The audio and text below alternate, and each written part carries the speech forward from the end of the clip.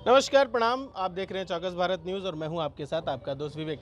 जिस तरीके से आरती और छोटू का मामला रात दिन तूल पकड़ता जा रहा है, हमारे साथ महिला विकास मंच की मैडम है वीना मैम।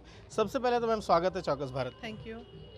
मैम, जिस प्रकार से आरती का मैटर दिन पर दिन बढ़ता जा रहा है, पेचीदा होता जा रहा है, आप भी वहाँ पे गई थी, तो कैसे देखा आपने सारी चीज़ों को? देखिए, मामला तो बहुत गंभीर है और चीज़ें अब डाइवर्ट हो रही हैं दूसरी दिशा में। तो इसलिए मुद्दा सिर्फ छोटू को न्याय दिलाने की बात होनी चाहिए। मर्डर हुआ है, क्राइम हुआ है, अपराध चाहे जिसने भी किया हो, चाहे वो आरती के परिवार वाले हों या फिर आरती खुद हो या जो भी हो, उन्हें सज़ा मिलनी चाहिए। अब रही बात आरती ने बुलाया या भाभी ने बुलाया, तो आरती का बुलाना भी कहीं भी अपराध नहीं है। किसी भी कानून में नहीं लिखा है कि 18 साल के ऊपर बच्चे जो हैं वो अकेले कहीं मिल नहीं सकते हैं, स्वतंत्र हैं वो प्यार मोहब्बत पे। ये कानूनन कोई अपराध नहीं है बुलाना। जिसने मारा है उसको सज़ा होनी चाहिए। मैम, जिस तरीके से अब सामने वकील साहब आ गए हैं, शिव प्रकाश जी आ गए हैं, वो कह रहे हैं कि वो आरती के वकील बनेंगे, आरती के पिता के वकील बनेंगे। जिस तरीके से उन्होंने कहा कि अगर मारा भी गया है या किसी तरह की कोई घटना भी हुई है तो वो सेल्फ डिफेंस में हुई है, और जिस तरीके से आरती और छोटू को जिस हालत में पकड़ा गया था उसके बाद कोई भी आपा खो सकता है और इस तरीके की घटना को अंजाम दिया जा सकता है। तो जिस तरीके से उनके जो वकील हैं वो सेफ करने की कोशिश कर रहे हैं उनके परिवार को, इस पर महिला विकास मंच की क्या सोचो? ये बात साबित है ऑलरेडी पब्लिक के थ्रू। आरती खुद एक चश्मदीद गवाह है इन चीज़ों की, और वो जब ये चीज़ एक्सेप्ट कर रही है कि हमने बुलाया या फिर हम दोनों मोहब्बत में थे, तो घर में कोई मोहब्बत में घुस के क्राइम होता नहीं, ये जग जाहिर है। हाले भले वकील साहब आ जाए, लेकिन वो केस हारेंगे, ये तय बात है। लेकिन जिस तरीके से कहा जा रहा है कि आरती रूम के अंदर बंद थी, तो वो आई विटनेस हो ही नहीं सकती है। उनके वकील ने कहा कि उन्होंने खुद बार बार मीडिया में बयान दिया है कि हम रूम में बंद थे और छोटू को दूसरे रूम में मारा जा रहा था। तो इस मामले में आरती को कहा जा रहा है कि वो प्राइम सस्पेक्ट नहीं हो सकती, या फिर उनकी सबूत का या उनकी गवाही का कोई मायने नहीं रखेगा कोर्ट में। तो इस पर क्या सोच है आपकी? आरती की ये बात तो सच है ना कि वो एक्सेप्ट कर रही है कि वो मेरा प्रेमी था, हम दोनों शादी करने वाले थे।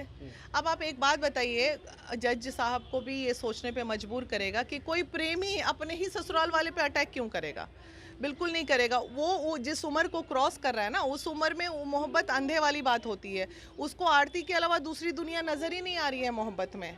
उसको अगर मारना होता तो बड़े शातिर अंदाज में घर पे अटैक करता, और बड़ा आसान था। आरती को बोलता ऐसा करो, दूध में सल्फास मिला के रात को सबको पिला दो, सो जाओ, किसी को पता ही नहीं चलता। ये अटैक वाली बात तो महाफिजूल है, महावाहियात है। इस पे तो चर्चा ही नहीं करने का चाहते। और जो चर्चा कर रहा है कि वो चोरी के अटैक से आया था, ये आया था, ये सब वो दुनिया समझ रही है, बोलने से थोड़ी हो जाएगा। अच्छा, आरती बिना शादी के छोटू के घर में रह रही हैं, इस पे भी बड़ा विवाद हो रहा है कि वो बिना शादी के कैसे ससुराल में रह रही हैं। तो इस पे आपकी क्या सोच होगी कि बिना शादी के कोई लड़की अगर लड़के के घर चली जाती है तो आपकी क्या सोच होगी? देखिए, बिल्कुल दूसरा मुद्दा है ये। और अगर आरती को वहाँ नहीं रखा जाता तो कहीं ना कहीं आरती के जान को भी खतरा था।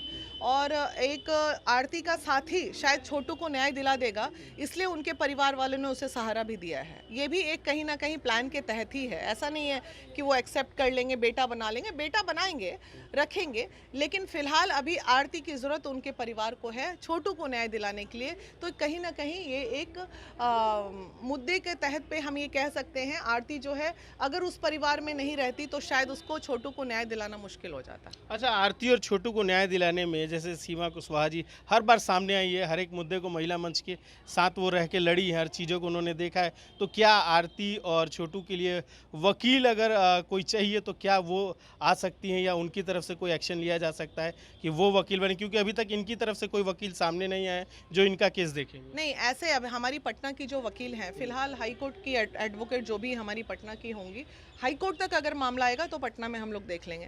लेकिन हाई कोर्ट में भी मामला अगर फेल होता है, किसी कारणवश न्याय नहीं मिलता नजर आता है, तो सुप्रीम कोर्ट में तो बैठी हुई हैं ही, वो देखती हैं, देखती रहेंगी हमारे केसेस को। चलिए, इतनी चीज़ों से बात करने के लिए आपका बहुत बहुत शुक्रिया। Thank you.